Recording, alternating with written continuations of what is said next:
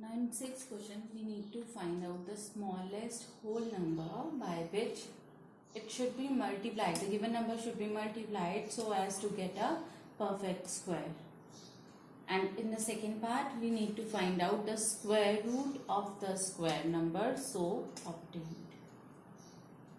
That means first of all, we will find out what is the number which should be multiplied with the given number to make this number as a perfect square. That means this given number is not a perfect square.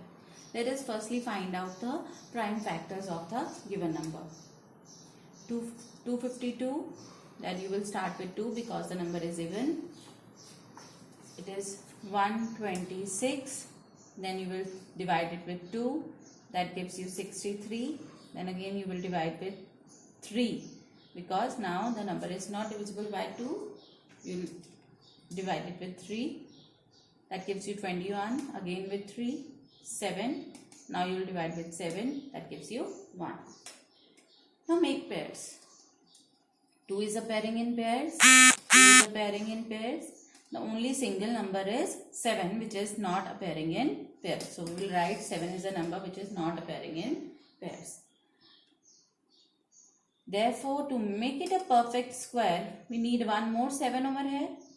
So the number to be multiplied, the number which is missing over here is 7. So I will multiply the given number with 7. Firstly write 252 as the prime factors. 2 into 2 into 3 into 3 into 7. I have written over here 252 is equal to 2 into 2 into 3 into 3 into 7. Now multiply 7 on both the sides.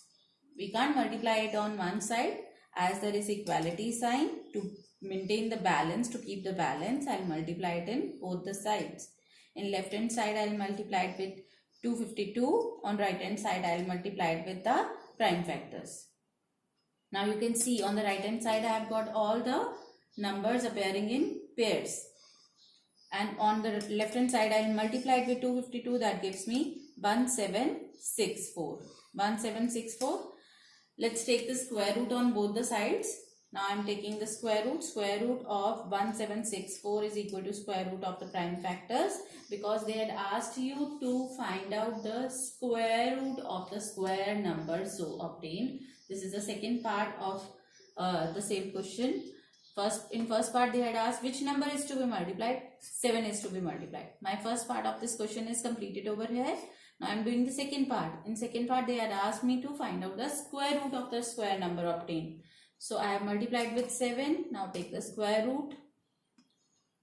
When you take the square root, at left hand side you will be left with the number 1764, and on right hand side you will take out the numbers from the pairs. One number from each pair. That means 2, 3, 7. So 2 into 3 into 7 gives you 42. So square root of 1764 is equal to 42. Let's do one more part for practice. The rest you will do yourself. Fifth part. In fifth part I am given with the number 1458. Since last digit, unit digit is 8, I will start with 2. It gives me 729. Now I can divide with 3. 243. Now divide with 3. 3 8s are 24. 3 1s are 3. Now with 3 again, it is 27. Again with 3, that gives me 9. 9 3 is a 27. Now you will divide with 3, that gives me 3. Again with 3 I get 1. That means in this way I have got all the prime factors. Now let's make pairs. Which number is not appearing in pairs? That is 2. You can see these 3 are making pairs. 2 is not appearing in pairs, so I have circled that. So 2 is the number which is not appearing in pairs. So the smallest number to be multiplied is 2. On the left hand side I will write 1458, and let's write the prime factors on the right hand side. 2 into 3 into 3 into 3 into 3 into 3 into 3. Which number was missing? 2 for the pairs. So I have multiplied 2 on both the sides. On the right hand side I have multiplied with 1458. On the right hand side I have multiplied with prime factors. Now you can see all my prime factors are now appearing in pairs. That means now number which I have obtained is a perfect square. Only the number is perfect square when the prime factors are in complete pairs. Let's take square root on both the sides. When you take square root on left hand side, that is square root of 2916, and on right hand side the single number out of the pairs will come out. 1 is 2, 1 is 3, again 3, again 3.